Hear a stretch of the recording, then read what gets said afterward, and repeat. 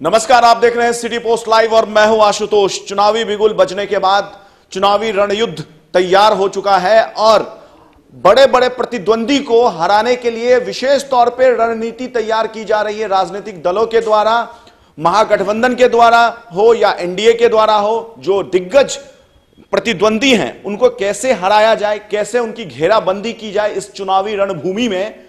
और विशेष तौर पे अगर बिहार की कुछ हाई प्रोफाइल सीट की बात करें तो उसमें से एक सीट आता है हाजीपुर, जहां से वर्तमान में केंद्रीय मंत्री और सांसद रामविलास पासवान हैं, फिलहाल सिटिंग एमपी हैं। कई बार वो वहां से सांसद रह चुके हैं और कई बार, एक दो बार बीच में वो नहीं भी थे, लेकिन जो अधिकांश समय रहा है उस संसदीय क्षेत्र का वो रामविलास पासवान के पास ही रहा है। लेकिन उनको कैसे हराया जाए, इसके लिए आरजेडी तो अपने तरीके से कमर कस ही ली है, विशेष रणनीति बना ही ली है, लेकिन कांग्रेस भी स्पेशल पर्यवेक्षक को भेजकर रामविलास पासवान को उनके गढ़ में ही हराने के लिए रणनीति तैयार कर चुकी है। यह बात अलग है कि इस बार रामविलास पासवान वहां से चुनाव नहीं लड़ रहे हैं और खबर है कि उनके जो भाई हैं वहां से चुनाव लड़ सकते हैं। और कैसे उनको पटखनी दी जाए, यानी कि रामविलास पासवान के परिवार से ही कोई चुनाव लड़ेगा, उनको कैसे पटखनी दी जाए, इस पर मेरे साथ बात करने के लिए विशाल सिन्हा है। विशाल सिन्हा कांग्रेस के पर्यवेक्षक हैं, वहां पे ऑब्जर्वर, स्पेशल ऑब्जर्वर बनाकर उनको भेजा गया है और उनको रामविलास पासवान के जो कैसे उनको घेरा जाए चुनावी चक्रव्यूह में, इस पर बात करने के लिए मेरे साथ कैसे हराएंगे आप रामविलास पासवान को। एक कद्दावर नेता हैं और दलित के बड़े चेहरे हैं। सबसे पहले मैं सभी को नमस्कार। और जहाँ तक मैं हाजीपुर घूम रहा हूँ, रामविलास जी 40 साल से वहाँ सांसद रहे।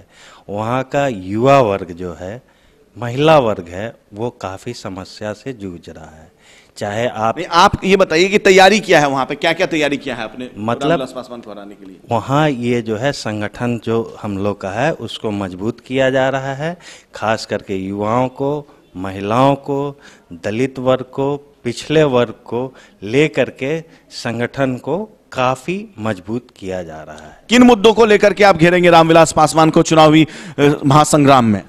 देखा जाए तो यहाँ दलित मुद्दा ही पिछले 4 साल में इतना अधिक रहा है, जैसे कि 13 पॉइंट रोस्टर की बात करें या SC/ST एक्ट में जो बदलाव आया था उसकी बात करें, तो ये सारे मुद्दे को देखते हुए अनुसूचित जाति वर्ग उनसे काफ़ी नाराज जा रहा है और आगे भी जाएगा। देखिए, 13 पॉइंट रोस्टर पे तो सरकार अध्यादेश लेकर 200 पॉइंट रोस्टर कर दिया है, ठीक है। SC/ST एक्ट पर जो सर्वोच्च न्यायालय ने फैसला दिया था उसको भी सरकार पलट चुकी है अध्यादेश लाकर।